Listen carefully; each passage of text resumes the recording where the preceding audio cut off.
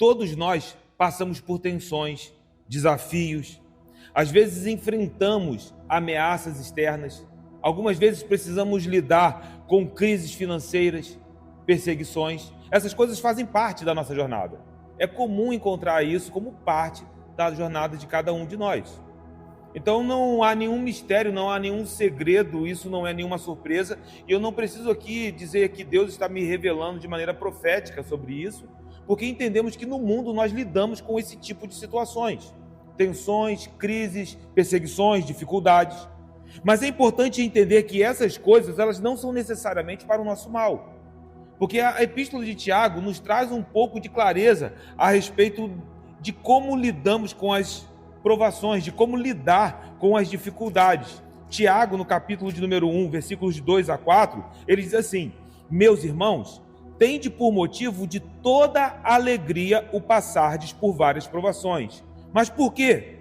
Sabendo que a provação da vossa fé, uma vez confirmada, produz perseverança. Ora, a perseverança deve ter ação completa para que sejais perfeitos e íntegros, em nada deficientes. Ou seja, essas situações que podemos chamar de adversidades, elas têm um propósito. Uma vez que a nossa fé é provada e confirmada, isso produz em nós integridade, isso nos leva a um lugar de amadurecimento. Olhar para essas dificuldades não deve ser entendido necessariamente como o nosso fim, mas o Senhor tem os seus propósitos. Contudo, essas mesmas circunstâncias, essas que nós acabamos de descrever aqui, quando comparamos com o texto de Tiago, essas mesmas situações, elas potencialmente podem nos levar à ruína. Aí você vai dizer, mas como assim? Porque quando nós adentramos em uma estação de adversidades, de pressões, é nossa responsabilidade levar essa pressão para um ambiente de luz. É minha responsabilidade olhar para o caos, olhar para as dificuldades e entender que ao atravessar essas estações, eu sou capacitado pelo Espírito Santo de Deus a olhar para esses lugares através do que Deus está fazendo. É minha responsabilidade clamar ao Senhor, porque Ele está aqui para nos direcionar. Ele já iluminou os olhos dos nossos corações para que possamos adentrar no meio dessas estações e entender que o Senhor está conosco em cada momento das nossas vidas. Os problemas, eles vão surgir, mas se nós não trouxermos essas pressões para um ambiente de luz, nós alimentaremos essas situações e provavelmente nossos corações estarão confusos, as nossas mentes confusas, porque somente Deus pode nos fornecer a solução dos nossos problemas. Tudo que nós precisamos, irmão, está em Deus. Então, em meio ao caos, existe um chamado a trazer essas dificuldades para um ambiente de luz, para aquilo que o Senhor está fazendo, entender como o Senhor está trabalhando no meio do caos. E por que eu estou dizendo isso? Porque Israel, no capítulo de número 5, é descrito como uma nação que atravessa uma dificuldade, atravessa uma estação de pressão. E Israel estava enfrentando as consequências de um caos interno. E nessas condições, quando entramos nessas estações de tempestades internas, tempestades dentro dos nossos corações, nós somos muitas vezes atacados por uma diminuição da audição espiritual. Começamos a ter uma perda da sensibilidade espiritual. As nossas mentes começam a ficar confusas no meio das pressões. Sabe, nós queremos ouvir Deus no meio da tempestade. Deus está falando, mas parece que nós não estamos conseguindo ouvir. Nós olhamos para aquilo que o Senhor está nos chamando para fazer, mas ainda assim, no meio do caos, parece que as nossas mentes se sentem confusas. Então essas coisas acontecem no meio das adversidades. Nós enfrentamos essas pressões e nós muitas vezes somos atacados dessa maneira. Então precisamos recorrer ao Espírito Santo de Deus para que Ele possa nos guiar em meio a todas essas circunstâncias, porque elas vêm. Meu irmão, eu vou te dizer, há estações em nossas vidas que parecem que as vozes estão falando dentro da nossa cabeça, milhares de vozes. Você quer silenciar essas vozes e parece que você não consegue, porque atravessamos estações que são tempestades, caos, adversidades, pressões. Israel está atravessando uma situação como essa e parece que Israel não está ouvindo o que Deus está dizendo. Parece haver uma perda de sensibilidade. O coração da nação de Israel está confuso. E aí no versículo de número 1, Deus já nos mostra que a mensagem é urgente, porque é um chamado triplo. Se você olhar o texto, ele diz: ouvi, escutai, dai ouvidos.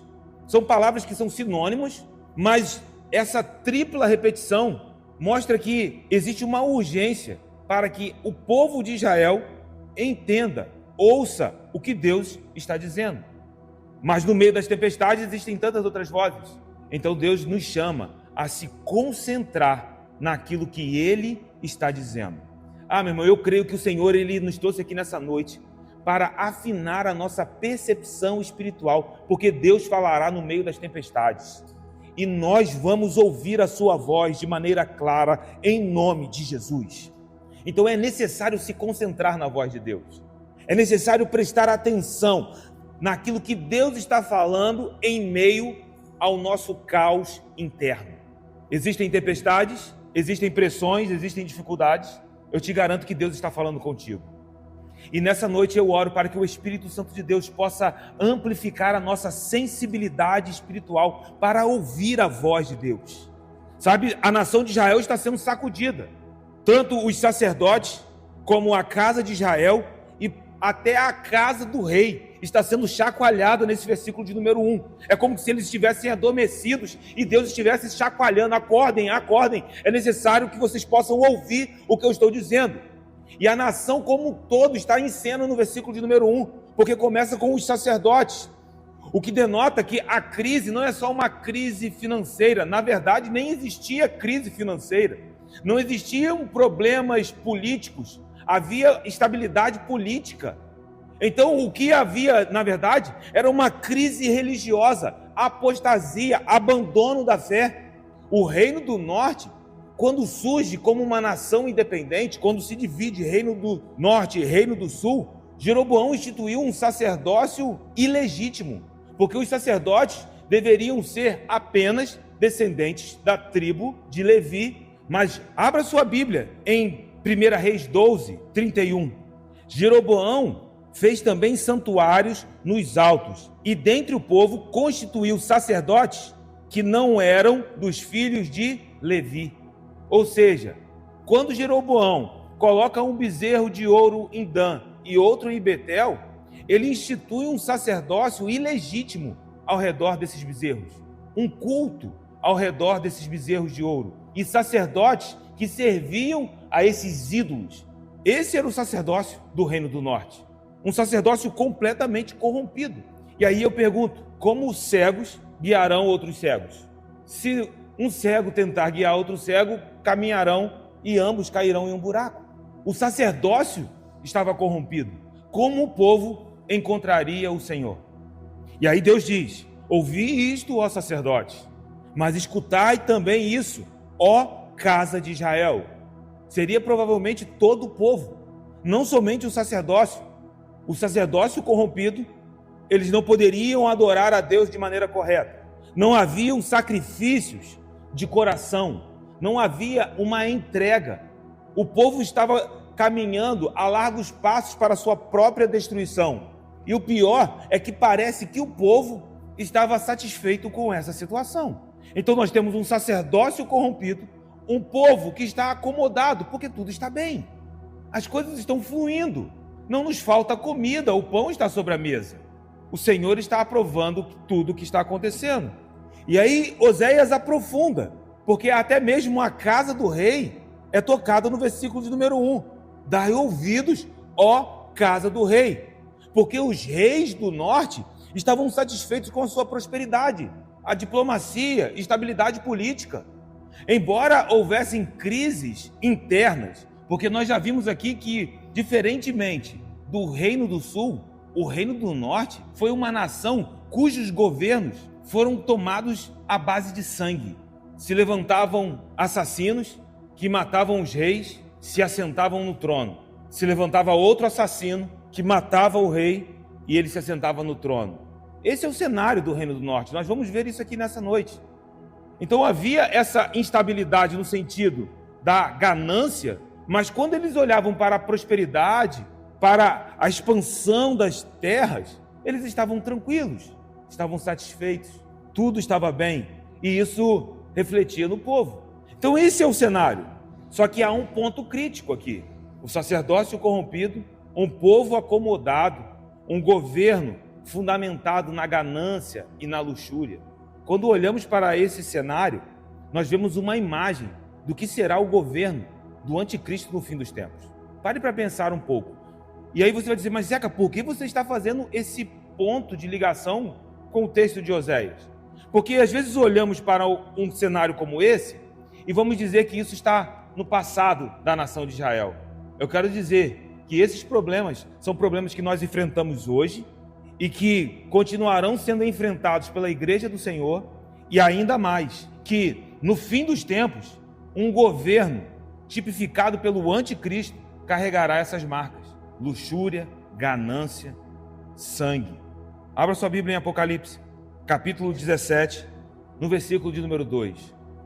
Apocalipse 17 traz a descrição da grande meretriz, da grande Babilônia, da grande prostituta. E o versículo 2, descrevendo essa grande meretriz, diz que foi com ela, com quem se prostituíram os reis da terra, e com vinho de sua devassidão, foi que se embebedaram os que habitam na terra. Transportou-me o anjo em espírito a um deserto, e vi uma mulher montada numa besta escarlate, besta repleta de nomes de blasfêmia, com 7 cabeças e 10 chifres. É a descrição da grande meretriz. Vai no capítulo 18, versículo de número 9. Ora, chorarão e se lamentarão sobre ela os reis da terra, que com ela se prostituíram e viveram em luxúria, quando virem a fumaceira de seu incêndio. Versículo de número 11. E sobre ela choram e pranteiam os mercadores da terra, porque já ninguém compra a sua mercadoria. Versículo 16. Dizendo, ai da grande cidade que estava vestida de linho finíssimo, de púrpura, de escarlata, adornada de ouro e de pedras preciosas e de pérola. Versículo de número 19. Lançaram pó sobre a cabeça e chorando e pranteando, gritavam, ai da grande cidade, na qual se enriqueceram todos os que possuíam navios no mar, à custa da sua opulência, porque em uma só hora foi devastada. É uma imagem do governo do anticristo e da grande Babilônia, fundamentada em quê? Luxúria, ganância. Porque se os mercadores lucravam, é porque alguém comprava. E quem comprava? Aqueles que estão sobre a terra. Você pode entender o cenário? É um problema que não está preso aos dias de Oséias. É um problema que nós precisamos enfrentar hoje. Essa satisfação que só é alimentada pelos nossos próprios desejos, pelas nossas próprias paixões. Olhamos para o cenário em Oséias, vemos um sacerdócio corrompido, porque eles estavam satisfeitos, estavam tranquilos. Olhamos para um povo que estava satisfeito e estava tranquilo. Olhamos para reis que encontraram estabilidade política. Mas eu pergunto a vocês, onde o Senhor está no capítulo 5 de Oséias? Sabe, quando nós falamos de juízo, como lemos em Apocalipse, vemos aqui em Oséias, e isso fica claro no texto, que ninguém pode escapar dos olhos do Senhor. Então nós entramos em um lugar onde que nós precisamos trazer os nossos corações para a presença do Senhor, onde que precisamos declarar de fato, em sinceridade, que Ele é o objetivo que nós temos como nosso bem maior. Ele é o nosso bem mais valioso. Porque se nós estivermos aqui procurando outra coisa além dele, podemos estar esbarrando em idolatria. Quando nós não encontramos esse lugar em Deus, nós ficamos confusos, porque queremos alimentar as nossas próprias paixões, os nossos próprios desejos. Mas agora, quando olhamos para Oséias, a nação estava perdida. E aí Deus chacoalha o povo, porque ele diz, este juízo é contra vós outros, visto que vocês mesmos estão sendo um laço para as pessoas, Veja que o final do versículo diz: um laço em Mispa e rede estendida sobre Tabor.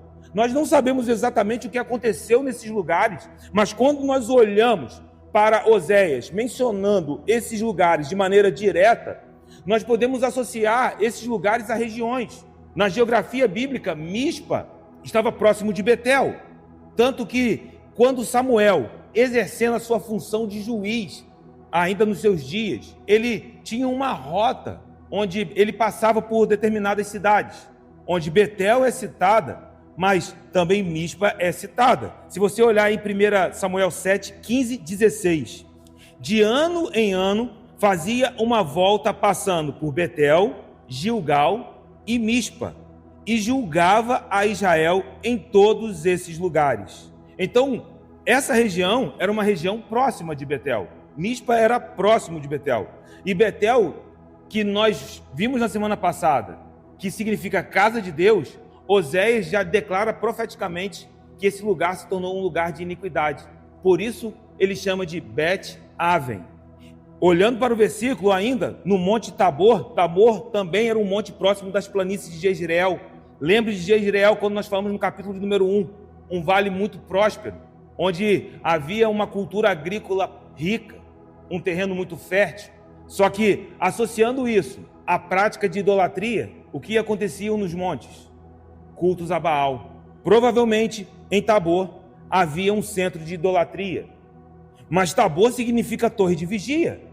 Só que Oséias diz que esses lugares se tornaram laços e redes estendidas. Uma armadilha. O sacerdócio, a casa real, estava oferecendo ao povo uma isca para atrair a nação para a própria idolatria. Eles estavam satisfeitos nesse lugar. E o resultado disso seria um juízo. Isso traria a mão do Senhor sobre a nação de Israel. É um versículo em que toda a nação está sendo sacudida. E é o versículo de número 2 nos dá mais detalhes, porque eles estão envolvidos na prática de excessos. A NVI diz envolvidos na matança. A King James, se aprofundaram na matança. E no capítulo de número 1 nós vimos sobre a casa de Jeú, que exterminou a casa de Acabe. E por que eu estou falando disso? Porque Jeroboão é descendente de Jeú. A família de Jeú extermina a casa de Acabe. Mas quando Jeú toma o governo, se assenta no trono, ele não é diferente de Acabe. Nós vemos um trono que descende até Jeroboão II e continua sendo um trono de sangue. Eles estão envolvidos nisso. Só que Deus diz: mas eu castigarei a todos eles. O Senhor está observando cada detalhe. Vemos que esses homens matavam para se assentar no trono. Essa é a maneira de tomar posse do trono. Se você olhar alguns versículos, você tem um vislumbre disso, de maneira muito clara. Olhe só em 2 Reis 15:10. Salum, filho de Jabes, conspirou contra ele. Contra ele quem? Zacarias, rei de Israel. Feriu-o diante do povo, matou-o e reinou em seu lugar. Agora olha o versículo de número 14. Subindo de Tirza, Menahem, filho de Gade, veio a Samaria, feriu ali a Salum, filho de Jabes, matou-o e reinou em seu lugar. Olha o versículo de número 16. Então Menahem feriu a Tífisa e todos os que nela havia, como também seus limites desde Tirza, porque não lhe abriram, a devastou e todas as mulheres grávidas fez rasgar pelo ventre. Isso é apenas uma imagem de como o trono de Israel era sucedido. Não era um pai que morria e o seu filho herdava o trono. Um assassino chegava em Samaria, matava o rei e assumia o governo. E isso foi uma marca. Se você continuar olhando o que vai acontecer na história de Israel, são homens assassinos se assentando no trono. Não havia uma sucessão de família. Não havia a mesma coisa que aconteceu no Reino do Sul, quando pensamos na casa de Davi, o filho de Davi, Salomão, depois de filho de Salomão, Roboão e assim por diante. Não. Eram assassinos que se assentavam no trono por terem matado o rei que vinha antes. Essa é a imagem. O ponto é que a ganância havia dominado toda a nação de Israel, dos reis até o povo. Eles estavam cegos pelo príncipe deste século. E aí Deus está olhando e dizendo: mas eu castigarei. E aí o texto é interessante porque a palavra aqui, castigar, é um castigador para a instrução. A LTT traz essa tradução, aquele que castiga para ensinar. E isso deve nos chamar a atenção. Porque diante de um cenário tão cruel como esse, de alguém que está rasgando os ventres das grávidas, você vai dizer: esses não merecem misericórdia. Esses devem ser esquecidos pelo Senhor. Esse povo não merece mais a misericórdia. Esse povo não merece mais a graça. Só que a gente precisa entender onde nós estamos. Nós estamos dentro do livro de Oséias. E dentro do livro de Oséias, o que nós estamos encontrando é exatamente uma esposa que não merece em nada a misericórdia. Olhando para um texto como esse, nós começamos a ficar surpresos. E você diz assim: mas Zeca, que povo tão cruel, que povo tão imundo, de dura cerviz, um povo com um coração endurecido, um povo que tende para o caminho do mal, um povo que se esqueceu do Senhor. Aí eu vou dizer: então vocês estão entendendo quem é Gomer, então vocês estão entendendo quem nós somos, porque nós somos esse povo, nós somos esse povo que está sendo trazido de volta. Porque, meu irmão, se tirar Jesus da equação, não sobra nada de mim. Se não fosse o Espírito Santo de Deus sobre a minha vida, eu jamais seria convencido do pecado, da justiça e do juízo. Se você está aqui nesta noite, é porque o Senhor está trabalhando sobre a tua vida. Então começamos a olhar para o cenário em Oséias e somos extremamente confrontados, porque falamos: que povo terrível, um povo improvável. Mas será que eu poderia nessa noite bater no meu peito e dizer que sou mais provável do que eles? O Espírito Santo de Deus começa a revelar sobre nós que existe graça aqui. Essa é a imagem. Quando olhamos para uma cena como essa, eu sei que isso nos leva a um lugar onde nos sentimos com o coração apertado. Nos faltam palavras. Mas se nós pudermos colocar a lente da graça nesse lugar, eu vou te dizer que Deus está olhando para esse povo, mas Ele não desistiu desse povo. Como Oséias foi chamado: vá e ame novamente a tua esposa, volte naquele lugar. Deus está olhando para o seu povo agora e dizendo: vocês são imerecedores, não merecem, mas eu vou até vocês. Ele virá com o recurso necessário. As pressões, o caos, estão no controle do Senhor. Meu irmão, o nosso Deus tem caminhos em meio às tormentas. Então nós não entendemos, mas se nós confiarmos naquilo que Ele está fazendo, eu vou te dizer que esse caos não é para o teu fim. Porque nós passamos pelas tempestades, passamos pelas lutas, mas eu te garanto, meu irmão, que à medida que nós entramos nessas estações, o Senhor, Ele continua conduzindo aqueles que esperam nele, que confiam nele. O Senhor está nos trazendo para esse lugar. Então a palavra ali, castigar, tem uma conotação de instrução. O Senhor ainda quer fazer o seu povo despertar. Eu vim aqui nessa noite para ser despertado pelo Senhor em alguma área da minha vida. Eu preciso acordar. Essa repreensão já nos mostra uma marca, porque Deus só repreende aquele a quem Ele ama. Porque se um filho, ele não recebe a repreensão do seu pai, ele não é um filho. Hebreus nos diz, é bastardo.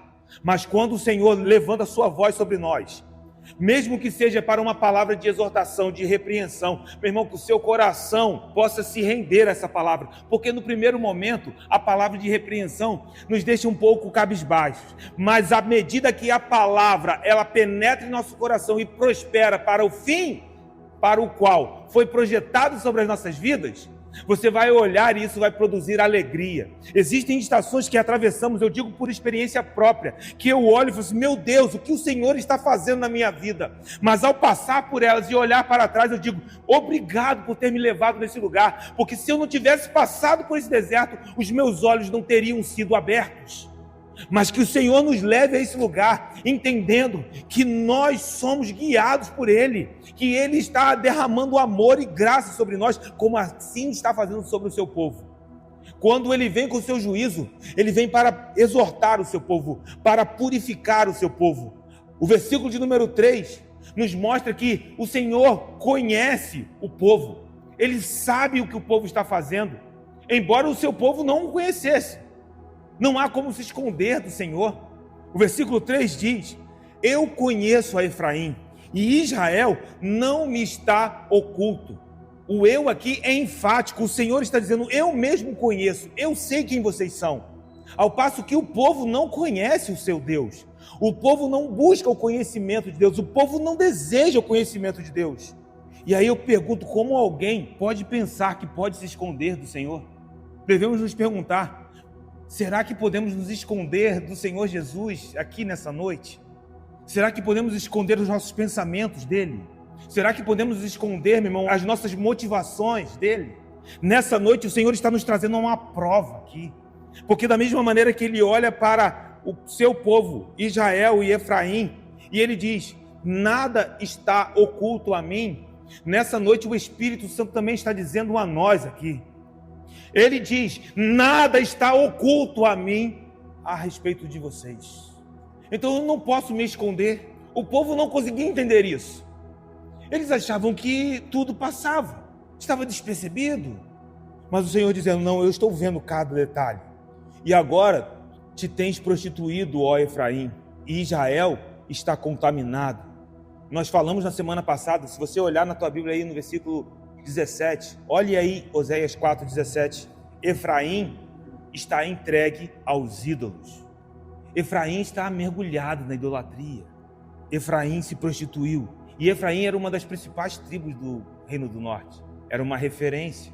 E como uma referência, todo o restante do povo de Israel olhava para Efraim e caminhava nos mesmos passos. E aí, para que o povo compartilhasse do mesmo ambiente onde o Senhor estava, eles precisavam mudar. Porque o Senhor, ele procura os verdadeiros adoradores. O Senhor procura aqueles que desejam andar em pureza de coração, andar em vida de santificação. Para isso, o sacerdócio tinha uma parte importante, mas o sacerdócio estava corrompido. Então, como?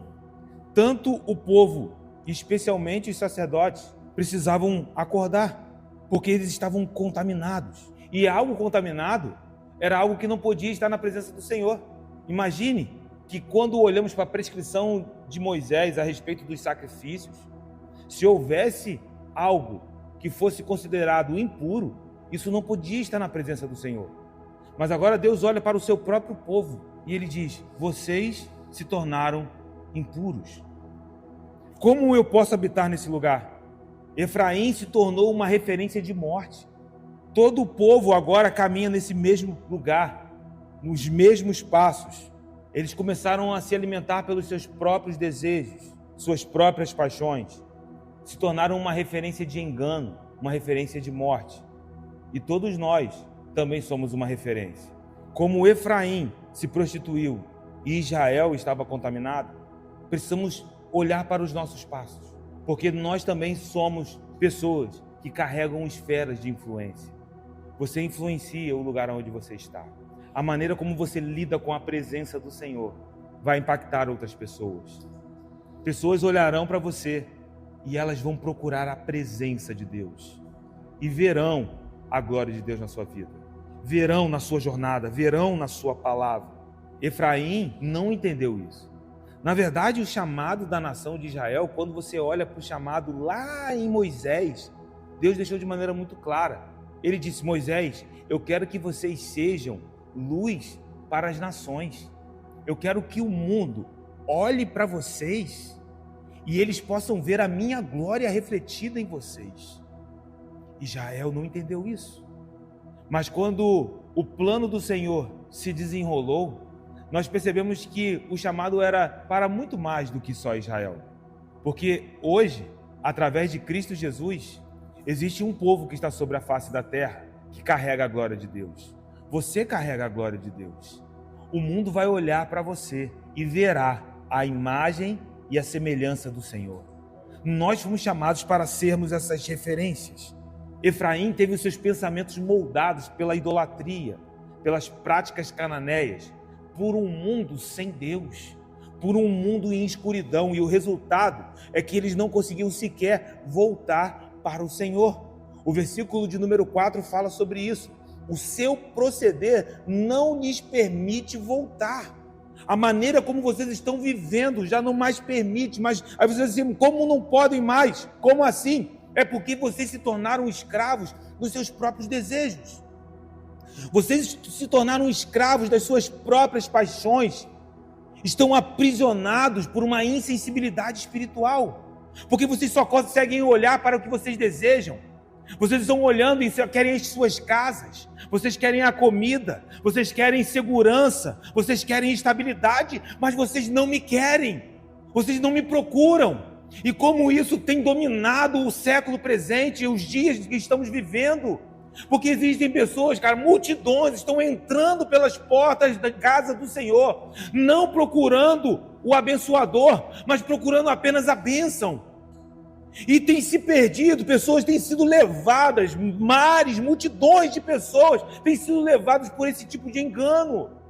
Então nós não estamos falando, meu irmão, de algo que está preso no passado, nós estamos falando de algo que estamos enfrentando hoje, e nós precisamos estar com os nossos ouvidos atentos, os nossos olhos abertos, precisamos estar sensíveis ao Espírito Santo de Deus, para que Ele possa nos ajudar e não nos deixar embaraçados com as coisas deste tempo, meu irmão, porque nós fomos chamados para atentar para as coisas eternas.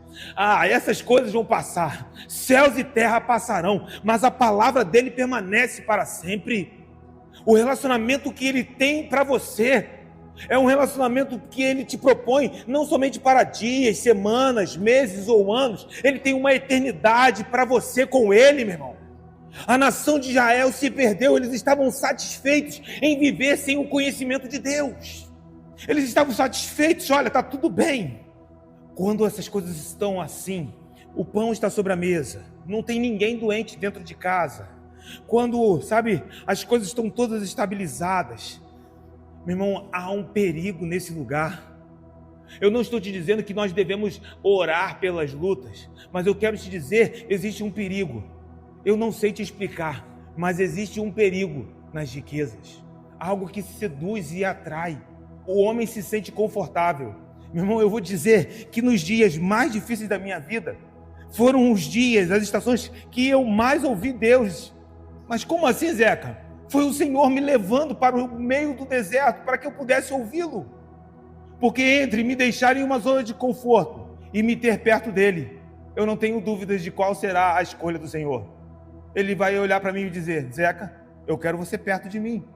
Eu quero que você me ouça como você nunca me ouviu antes.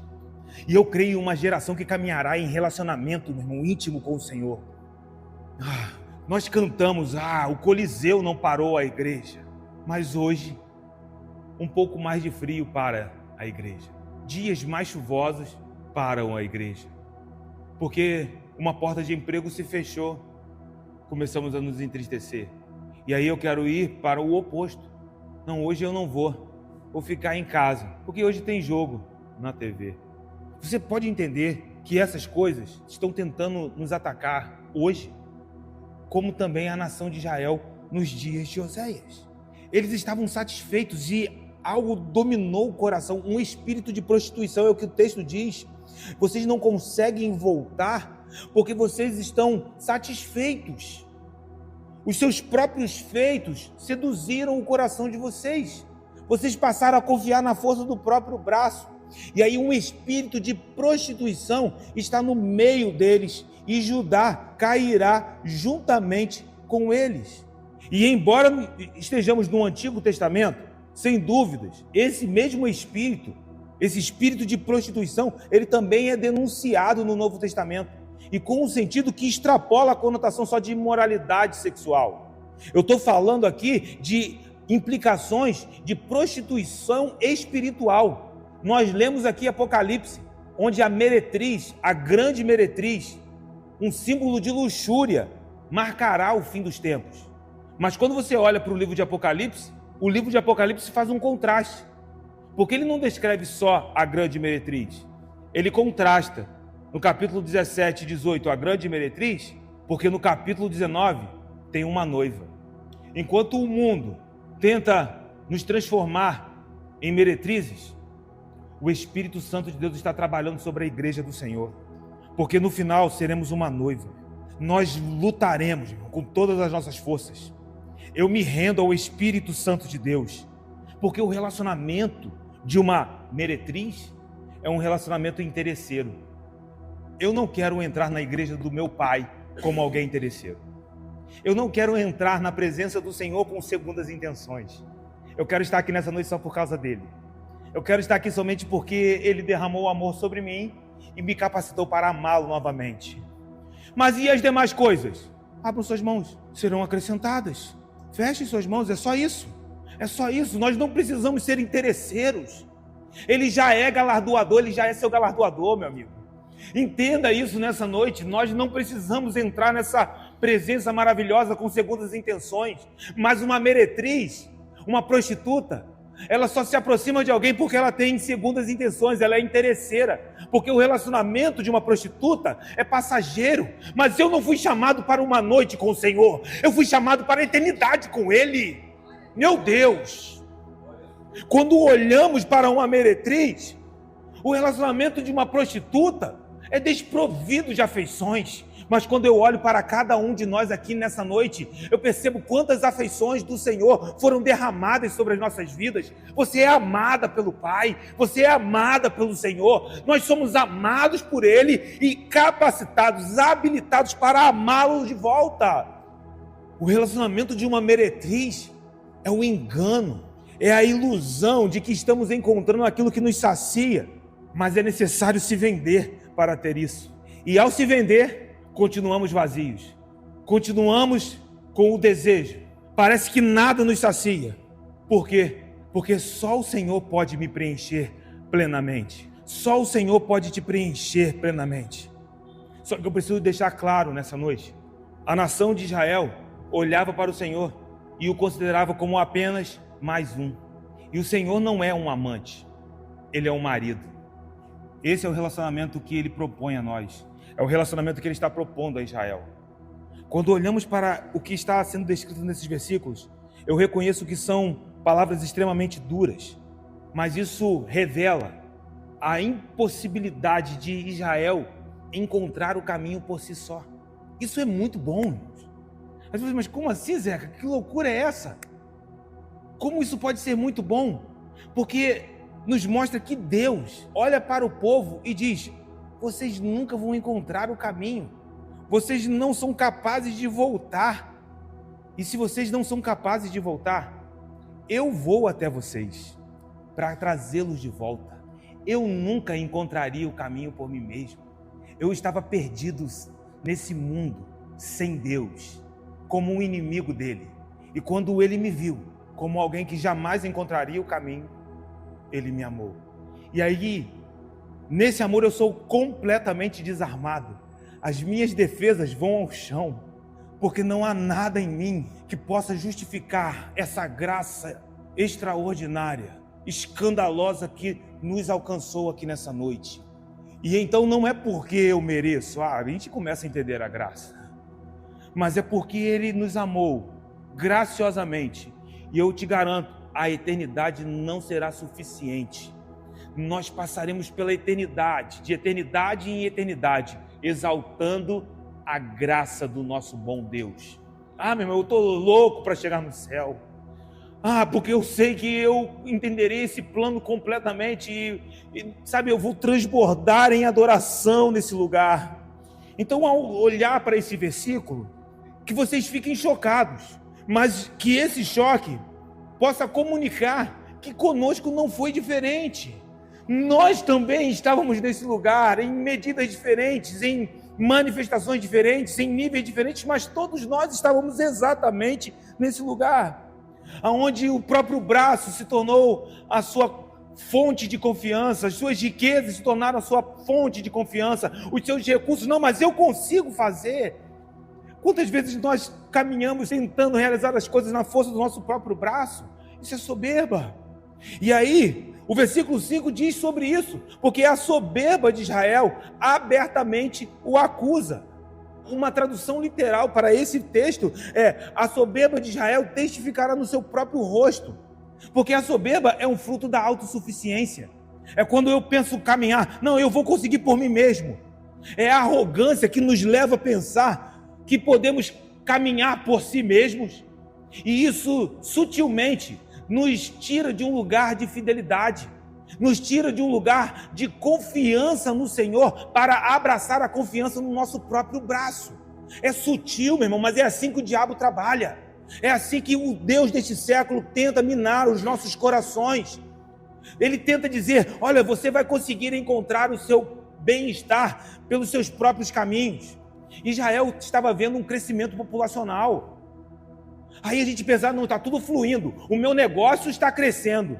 Eu vou te dizer, o seu negócio está crescendo não é uma afirmação categórica de Deus está aprovando o que está acontecendo. E da mesma maneira, talvez você esteja passando uma crise dentro dos seus negócios. Eu vou te dizer, isso não quer dizer categoricamente que Deus está desaprovando a tua jornada. Porque o que vai medir, meu irmão, é a tua fidelidade. Se você ama o Senhor, seja na tristeza ou na alegria, seja na escassez ou na abundância, aí sim nós podemos dizer: posso todas as coisas naquele que me fortalece. Israel estava em um lugar de estabilidade política. Havia uma diplomacia estabilizada, uma diplomacia declarada, prosperidade financeira, conquistas pelos seus próprios méritos. Eles se prostituíram com a sua própria força, e isso se tornou um falso Deus. Porque às vezes a gente pensa que um falso Deus é uma imagem. Não, aquilo que rouba a tua confiança no Senhor é um ídolo, é um falso Deus.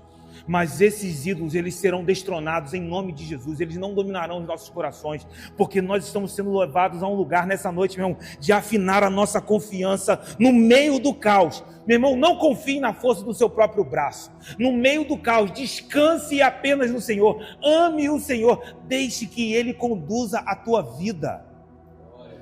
Agora, Oséias, ele vê que o próprio orgulho seria uma testemunha contra a nação de Israel. Não seria nem necessário um elemento externo. O próprio orgulho seria suficiente para comprovar o pecado do povo. Mas Oséias não vê somente Efraim aqui nesses versículos. O final do versículo 5 diz que Judá também cairá com eles. Ou seja, é como se ele estivesse dando um zoom, porque quando falamos de Judá, não estamos mais falando do reino do norte. Estamos falando do reino do sul. E no reino do sul não estava muito diferente. Nós vamos ver reis como Acais. E aí, no meio de uma pressão, o que Acais faz? Vai procurar alianças com nações pagãs. Nós falamos aqui de Uzias. Uzias, um rei que levou a nação de Judá a um avanço extraordinário. Mas 2 Crônicas diz que Uzias se exaltou no seu próprio coração. Sabe quando as pessoas começam a conquistar coisas e aquilo entra para o coração? Isso não acontece só com os outros, isso também tenta atacar os nossos corações. E o que é estranho é que orgulho, na sua forma mais letal, é aquele que nós não percebemos ter. Todos nós temos, todos nós. E aí nessa noite o Espírito Santo de Deus nos leva a esse lugar, para podermos colocar diante dele quem nós somos. Por quê? Porque ele é o único que nos sara, ele é o único que nos faz caminhar, ele é o único que nos sustenta. E é um engano achar que caminhamos pela nossa própria força. Eu disse aqui algumas semanas atrás, a coisa mais terrível que alguém pode descobrir é o peso do seu próprio corpo. Em que sentido? Porque sempre foi o Senhor nos sustentando. E aí às vezes Deus permite que a gente descubra só uma pontinha do nosso peso, para a gente ver: meu Deus, eu não vou conseguir. Aí, opa, quem? Meu Deus, é Ele quem me sustenta. Ah, então você está entendendo. E nessa noite nós voltaremos para casa sustentados por Ele. Sabe, isso é a palavra dEle, é quem Ele é. Mas não apenas sustentado, mas nós voltaremos declarando o reconhecimento dessa bênção sobre as nossas vidas. É isso. Então Israel estava perdido, envolvido na sua própria arrogância, na sua própria soberba. A nação de Judá não estava de maneira tão diferente. O versículo de número 6 diz que o povo agora tenta voltar para o Senhor. Veja, estes irão com os seus rebanhos e o seu gado à procura do Senhor. Mas olha o que o texto diz: porém, não o acharão. Ele se retirou deles, com rebanhos e com gado. A imagem aqui é de sacrifício. Então eu vou procurar o Senhor, eu vou levar os meus rebanhos, levarei o gado para que seja sacrificado. Nós vamos levar aos sacerdotes. A imagem é de um grande sacrifício, só que tudo isso é inútil. E isso nos assombra. O texto diz: eles não encontraram o Senhor, não puderam achar. Por quê? Porque olhavam para o Senhor como mais um. Eles se esqueceram de que o Senhor não é um amante, é um marido. Em Êxodo 20, o primeiro mandamento: não terás outros deuses. Não há imagens de escultura, não há espaço para outros. Dentro desse lugar, estamos diante do Senhor. E qualquer terceiro elemento é uma quebra dessa aliança. E aí, para os amantes não importam. Você já percebeu isso? Amantes não importam. Quantos tiverem? Saía de casa agora e a televisão estava ligada, estava passando o RJ, entra uma novela, e aí eu peguei uma frase assim que estava sendo falada enquanto eu calçava o sapato, porque eu nem assisto, mas eu peguei uma frase. O personagem dizia que o seu ex-marido teve 9 amantes. Não há nenhum assombro nisso, porque para estes, não importa quantos amantes sejam, não importa quantos homens se deitam com uma prostituta, não importa. Não importa se ela está destruída, não importa se ela está em pedaços. Para um amante pouco importa, mas para um marido, não. Porque o marido cuida, porque o marido guarda, porque o marido protege, porque o marido cultiva, porque ele, o Senhor, ele é o guardião do seu povo. Ele é o guarda de Israel. Ele está guardando a tua vida aqui nessa noite. Entende que um amante não está preocupado se você está destruído, se você está em pedaços, mas o Senhor está preocupado com isso. Mesmo que ele te leve a um lugar e você diga: mas Zeca, o Senhor me levou a um lugar onde eu estou despedaçado. Então se prepare, meu irmão, porque ele vai te refazer como você nunca foi antes. Se prepare, porque o oleiro não abandona o vaso quando ele se desfaz na sua mão. Pelo contrário, ele continua trabalhando, e pacientemente trabalhando. Por quê? Porque ele sabe como vai ser no final.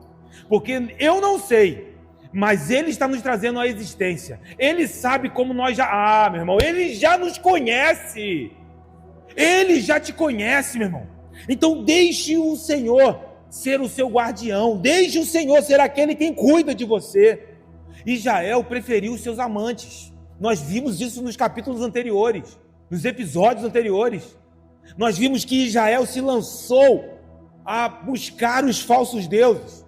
Sabe, o amor que temos pelas coisas, isso pode ser uma idolatria, meu irmão, isso pode ser um falso Deus. Se esse amor for colocado como a fonte da minha satisfação, então eu quero ter alguma coisa. Se aquilo se tornar a fonte da minha satisfação, eu vou dizer: isso é um ídolo. Por isso coisas podem se tornar objetos de idolatria. Carreira profissional pode se tornar um objeto de idolatria. A própria família, ministério eclesiástico, a sua própria força, os seus próprios recursos, riqueza, sabedoria, influência. Eu coloquei aqui na minha anotação, a lista é interminável. Porque qualquer coisa que tente roubar, meu, a tua confiança, ou que ocupe um lugar de plena satisfação no teu coração, precisa ser reposicionado, porque apenas o Senhor é este que nos sacia plenamente. Todas as outras coisas, se passarem, a rocha permanece, a rocha que não será removida. Então não é possível agradar ao marido e ao amante ao mesmo tempo. Por quê? Porque alguém vai dizer assim: mas o amante não está preocupado. Se você disser não ao amante, porque você diz sim para o marido. Mas se você disser sim para o amante, o marido diz: não, isso precisa ser refeito. É por isso que em Mateus 6,24, no Sermão do Monte, Jesus diz: não é possível agradar a 2 senhores. Ou você agradará um e desagradará o outro, ou você vai agradar o outro e o primeiro ficará. Entende que é dentro desse lugar que o Senhor está procurando o nosso culto aqui nessa noite? Porque o culto é uma expressão muito preciosa.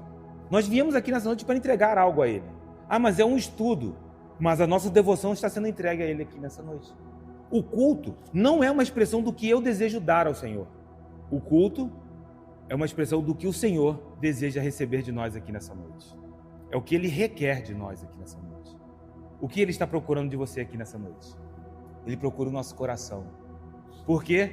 Porque eles levaram os seus bois, o seu gado, mas é melhor obedecer do que sacrificar. É isso que o Senhor está procurando aqui nessa noite. Eles não encontraram o Senhor, por quê? Porque levaram o sacrifício, mas não havia obediência. E aleivosamente, é o versículo 7, se houveram contra o Senhor, aleivosamente é traiçoeiramente. Eles de maneira traiçoeira se houveram contra o Senhor, porque geraram filhos bastardos. Agora, a festa da lua nova os consumirá com as suas porções. O povo é um povo que trai. E talvez acho que para entendermos essa figura, precisamos usar a imagem de alguém muito conhecido como traidor, Judas. Como o povo é chamado de traidor? Deus derrama amor sobre o seu povo. Jesus derrama amor sobre os seus discípulos. Delega autoridade, confia nos seus discípulos. Judas está entre os 12, mas quando olhamos para Judas, percebemos alguém que vende Jesus por 30 moedas de prata. Oséias sabia o que isso significava. Por quê? Porque ele viu a sua própria esposa abandonar a sua casa para ir procurar os seus amantes. Oséias sabia o que isso significava em relação ao povo, porque ele viu um povo que era abençoado por Deus, um povo que era cuidado pelo Senhor, mas que pegava toda a sua riqueza, toda a sua produção, as bênçãos do Senhor e devotavam isso para Baal. Se tornaram filhos bastardos, ilegítimos. Os próprios filhos que eram gerados na nação de Israel aprendiam a caminhar dessa maneira. Aprendiam a caminhar segundo a infidelidade dos seus próprios pais. E aí quando ele diz a festa da lua nova, porque era a festa que se dava no começo de cada mês. O calendário judaico era um calendário lunar, diferente do nosso. Então, na lua nova, havia ali uma comemoração, porque um novo mês estava se iniciando. E ali a bênção do Senhor estava sendo decretada. Só que ele diz que nesses dias onde que eles comemoravam a bênção, as suas próprias porções, eles seriam consumidos. E o texto aqui já começa a sinalizar que Deus estava vindo de fato com um juízo. Vai vir uma tempestade, está uma tormenta se levantando lá no horizonte. O céu vai começar a enegrecer, não será fácil. E aí o versículo de número 8 começa a nos levar a um lugar de discernimento de como será essa tempestade. Porque ele diz: tocai a trombeta em Gibeá e em Ramá tocai a rebate. Levantai gritos em Bet-Aven. Cuidado, Benjamim. Gibeá, Ramá e Bet-Aven, e a gente sabe que isso é um nome profético para Betel. Todas essas regiões estavam dentro da tribo de Benjamim, da região de Benjamim. E a região de Benjamim era uma região intermediária entre o reino do norte e o reino do sul. Era um lugar de conflitos, onde haviam muitas batalhas. Porque quando olhamos para o reino do norte e o reino do sul, havia uma guerra civil. Acais foi ameaçado, rei de Judá, foi ameaçado contra Rezim, rei da Síria, e Peca, rei de Israel. Mas espera aí, Israel não são irmãos com Judá? Havia uma guerra civil. Os irmãos estavam se destruindo. E aí, quando olhamos para uma realidade como essa, nós precisamos entender que isso não é apenas uma realidade dos dias de Oséias. Porque, meu irmão, nós também estamos caminhando aqui nessa noite e precisamos caminhar em unidade. Nós não estamos aqui levantando, meu irmão, uma bandeira de uma igreja, uma bandeira de uma denominação, porque só existe um corpo. Só existe uma igreja, uma noiva. Mas existem diferentes denominações. Mas no céu, meu irmão, quando subir, subirá uma só noiva. Não podemos permitir, meu irmão, que esse tipo de sentimento tente nos dividir, porque é um povo dividido. Eles estavam cercados por inimigos externos. Existiam nações que estavam se levantando. A Assíria estava se levantando. Então um exército poderoso se levantava, que era o exército assírio. Eles estavam divididos e não estavam buscando ao Senhor. Pense aí nessa composição. Eles estavam prestes a enfrentar os seus dias mais difíceis. É quando se descobre que sempre foi o Senhor, mas deixaram de buscar a presença, deixaram de buscar o Senhor. E aí o versículo de número 8 diz: tocai a trombeta, tocai a rebate, levantai gritos. É como que se guerra estivesse chegando. E Benjamim era uma zona de conflito. E aí o versículo de número 9 continua: Efraim tornar-se-á assolação no dia do castigo entre as tribos de Israel. Tornei conhecido o que se cumprirá. O Senhor está falando. Mas sabe o que é de destaque aqui? Você que gosta de marcar na sua Bíblia, nós estamos falando de um reino dividido, o reino do norte e o reino do sul.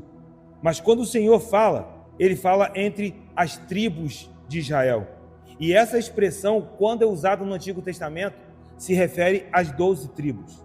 O povo estava dividido, mas aos olhos de Deus, Judá e Israel sempre foram um povo. Essa rivalidade era destrutiva e hoje ainda é. Se nós olharmos em 1 Coríntios 12, o versículo de número 12 diz: porque assim como o corpo é um e tem muitos membros, e todos os membros, sendo muitos, constituem um só corpo, assim também com respeito a Cristo. Versículo 26, de maneira que se um membro sofre, todos sofrem com ele. E se um deles é honrado, com ele todos se regozijam. 27, ora, vós sois corpo de Cristo e individualmente membros desse corpo. O que Paulo está dizendo? Vocês são um só povo. Nós aqui nessa noite somos um só povo. E glórias a Deus por isso. E se o meu irmão sofre, eu preciso sofrer. Ah, mas eu não estou sofrendo. Então alguma coisa precisa ser ajustada. Não há espaço para rivalidade. Porque Paulo, ainda escrevendo aos Gálatas, no capítulo de número 5, versículo de número 15, ele diz: se vós, porém, vos mordeis e devorais uns aos outros, vede que não sejais mutuamente destruídos. O que Paulo está dizendo? Que quando nós nos levantamos uns contra os outros, meu irmão, eu estou me destruindo. Eu não estou destruindo o meu próximo apenas. Nós, como corpo, estamos nos destruindo. Se vocês se mordem, Paulo está dizendo, vocês estão se destruindo mutuamente.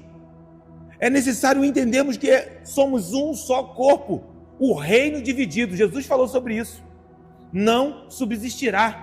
Mas a noiva do Cordeiro será um só povo, meu irmão. É um só povo. E essa unidade, ela está se reafirmando, ela está se consolidando, porque Jesus orou sobre isso.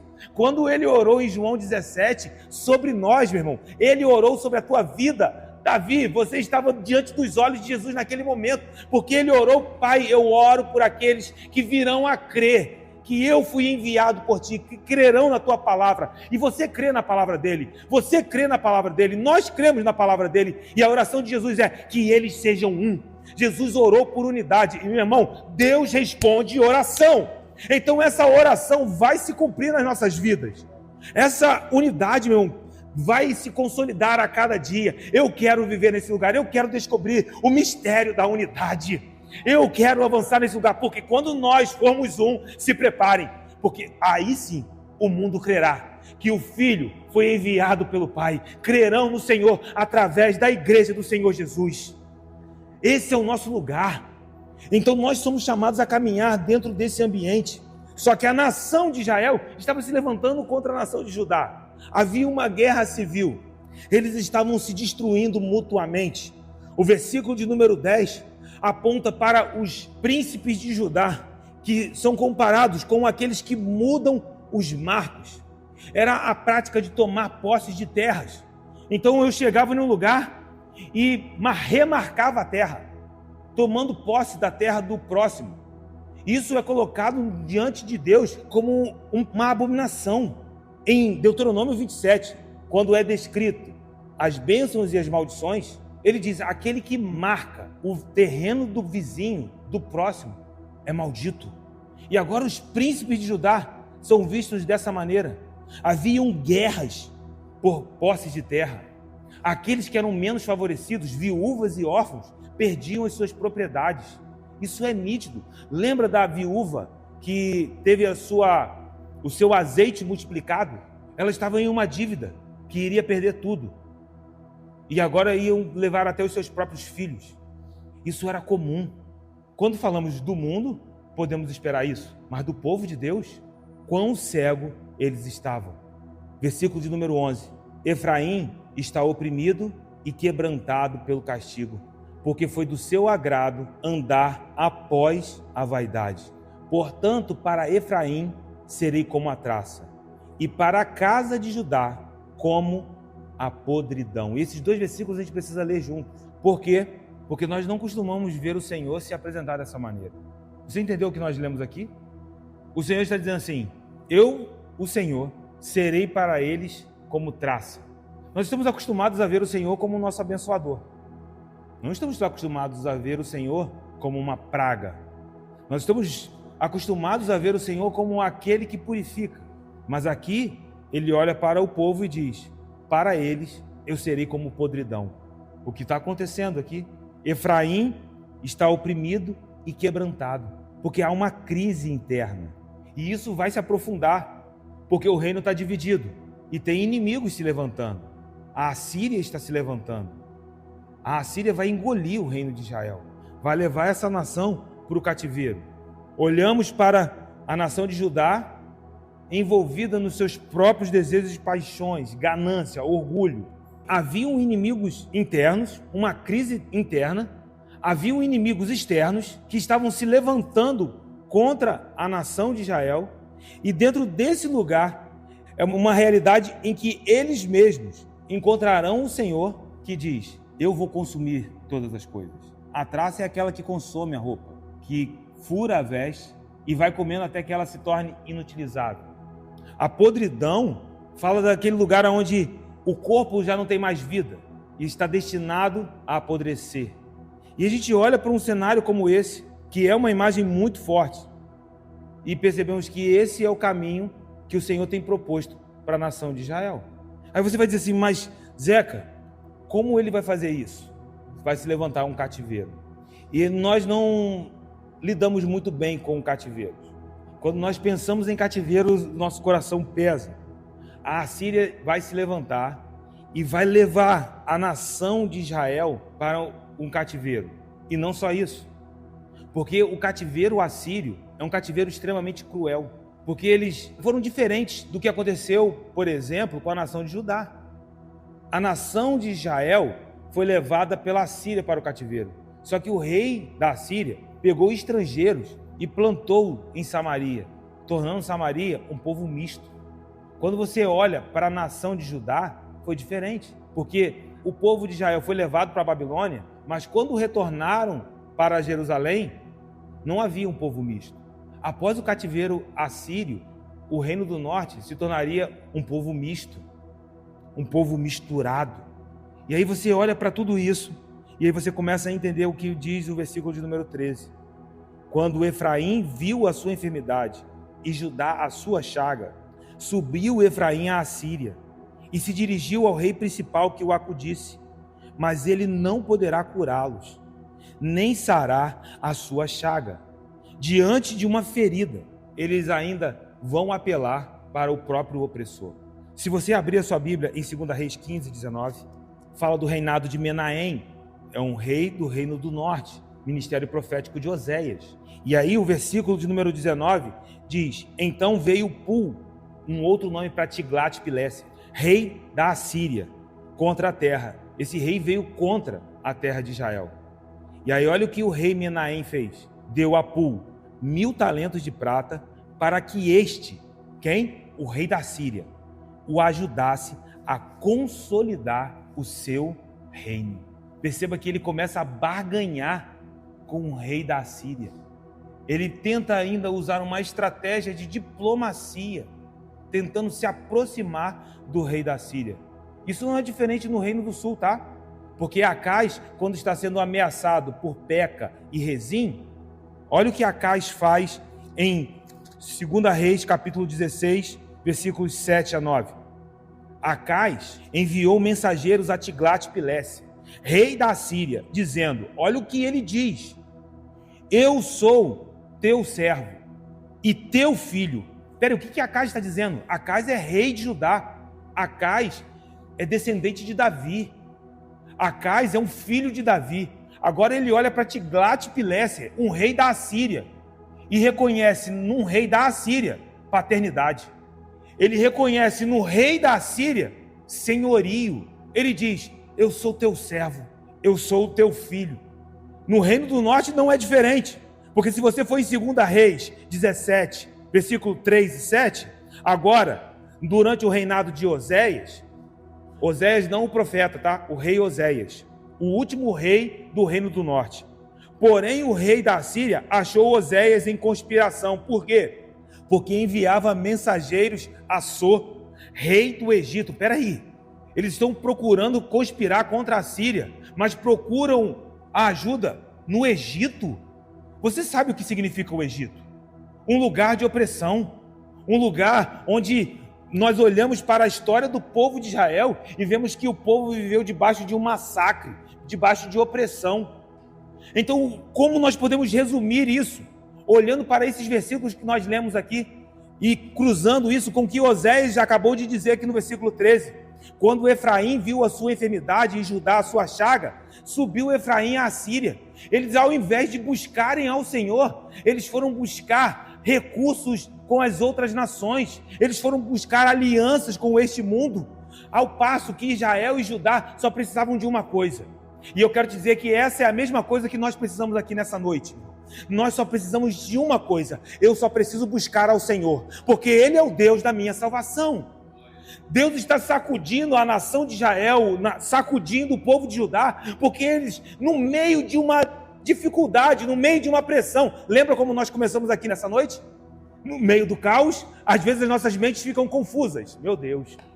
Aí agora Deus está olhando e diz: cara, vocês estão muito confusos, porque está vindo uma pressão e vocês precisam fazer uma coisa diante disso: é só me buscar. Só que ao invés de me buscarem, vocês estão procurando recursos com este mundo, com as outras nações. Eu vou dizer, nós, meu irmão, só precisamos confiar no Senhor, buscar ao Senhor de todo o coração, buscar o seu reino e a sua justiça, e as demais coisas, isso é palavra, vos serão acrescentadas. O Senhor está cuidando de nós aqui nessa noite. E aí Deus olha e Ele se certifica de algo: mas eu amo vocês. E como Ele vai fazer isso? Como Ele mostra esse amor? Ele diz assim, no versículo de número 14, quando Efraim fizer isso, eu serei como um leão. Peraí, como assim? Vocês ainda vão tentar escapar. Às vezes a gente tenta escapar, sabe, desses lugares. Às vezes a gente escapa. Esse é o versículo de número 14, 5:14. Para Efraim eu serei como um leão, e como um leãozinho para a casa de Judá. E eu mesmo os despedaçarei e ir-me-ei embora. Arrebatá-los-ei e não haverá quem os livre. Aí você vai dizer, mas Zeca, como assim? Se eles vão até os recursos naturais e encontram o livramento, eles vão pensar, porque estão com as mentes confusas, esses recursos são a nossa salvação. Aí Deus começa a remover.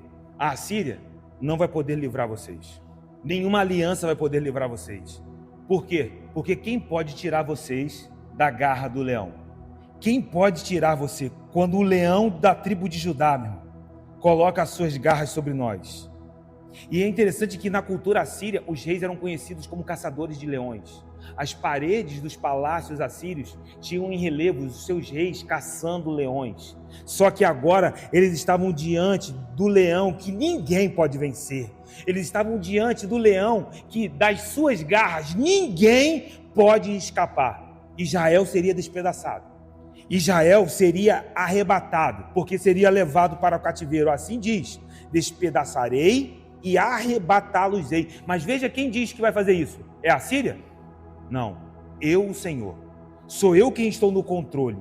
Nessas estações que nós experimentamos as lágrimas, as pressões, os medos, no meio dessas coisas, nós precisamos resistir à tentação de buscar uma solução humana para um problema que é espiritual.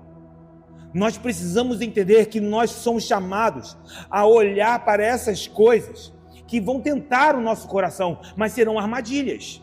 Se você, meu irmão, tentar encontrar uma resposta natural para uma batalha espiritual, te garanto que essa solução que você está procurando está fadada ao fracasso. Porque somente um relacionamento correto com o Senhor pode sarar essa ferida. somente pedindo a Ele, somente confiando nele, somente quando Ele for o seu único alvo. E é isso que nós devemos buscar aqui nessa noite. Quando o Senhor me faz em pedaços, meu irmão, eu estou me preparando, porque eu sei que Ele está pronto para me recompor e me fazer como nunca eu fui antes. Aí, mas por que, Zeca? Aí você começa a entender um texto que a gente ouve muito as pessoas falando, porque o Senhor é aquele que abre a ferida, mas se Ele abre, Ele é o único capaz de sarar essa ferida.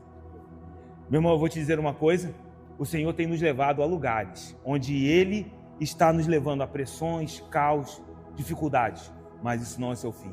Pelo contrário, confie nele de todo o coração e no final disso você vai olhar para trás e vai declarar: Ebenezer, o Senhor me ajudou. Sabe, nessa noite nós percebemos como o método do Senhor foi aplicado sobre a nação de Israel. Olhamos para eles e dizemos: eles não mereciam isso, não mereciam essa misericórdia, eles não mereciam ter as suas feridas saradas. Mas o Senhor, Ele olha para o seu povo e diz: não é porque vocês merecem, mas é porque eu amo vocês. E aí, no meio dessas pressões, Ele nos purifica, porque Ele vai nos ensinar a amá-lo de todo o nosso coração. Cara, tem graça de Deus aqui nessa noite, porque falar de provações não é um assunto que está em alta. Não é um assunto muito popular falar de provações. Mas eu não preciso perguntar aqui quem não passa por elas. Eu não preciso nem perguntar quem aqui nessa noite já não está atravessando algumas estações assim. Porque se eu pedisse para levantar as mãos aqui, acho que alguns de nós levantaríamos as mãos, inclusive eu. Mas aí dentro desse lugar, eu escuto o Espírito de Deus falando conosco. Não teremos as mentes confusas. Receberemos clareza. O Espírito nos guiará em meio a essas estações. E se preparem, porque Ele está nos refazendo. Eu queria que você colocasse a tua mão sobre o teu coração, porque em algumas áreas é como se nós estivéssemos nos sentindo despedaçados. Eu não sei em que tipo de área, sabe, às vezes a gente se sente assim. E cada um tem a sua luta, a sua batalha. Mas nessa noite se prepare para ser refeito pelo Senhor. Espírito Santo de Deus, obrigado pela tua palavra liberada sobre as nossas vidas. Senhor, entendemos que só estamos aqui porque a tua graça nos alcançou. Senhor, nós não somos diferentes do teu povo, jamais nos colocaremos em um lugar onde nós somos de alguma forma merecedores de estarmos diante da tua presença. Nós não merecíamos, meu Pai, essa graça, mas ela nos alcançou, nós reconhecemos e nós nos submetemos à tua graça. E sabemos, meu Pai, que desta maneira o Senhor olhará para dentro de nós, e aquilo que às vezes temos dificuldade, Senhor, ainda não soubemos ainda como liberar, porque estamos aprendendo a te amar. Meu Pai, eu sei, teu Espírito nos liderará a este ambiente de amadurecimento. Senhor, essas estações de provações, de caos, de pressões que nós enfrentamos, que nós estamos aqui enfrentando neste tempo, talvez nessa semana, notícias, ó Deus, que ouvimos, palavras que nos entristeceram, Pai, situações que se levantaram, que nos fizeram estremecer, que em nome do Senhor Jesus, em meio a esse caos, que a tua voz possa nos liderar. Senhor, nós nos aproximamos de ti, não apenas com sacrifícios, ó Deus, mas nós somos os sacrifícios vivos. Nós apresentamos o nosso coração diante da tua presença nessa noite. Nós queremos, meu Pai, nos submeter à tua vontade, porque entendemos que obedecer é melhor do que sacrificar. Obrigado pela tua palavra liberada sobre as nossas vidas. Senhor, que o teu Espírito complete essa palavra em nossa jornada, prospere. Senhor, eu te peço, dê-nos vida para ouvir os testemunhos, ó Deus, porque no meio dessas estações, nós ouviremos os romperes da tua mão sobre a vida dos teus filhos, para a glória do teu nome. Obrigado, Senhor, obrigado por nos levar a esse processo. Completa essa boa obra em nós. Nós confiamos na tua boa mão e nos rendemos a ti. E estamos certos da nossa vitória. Em o nome do Senhor Jesus. Amém. E graças a Deus. Você pode aplaudir ao Senhor nessa noite, meu irmão?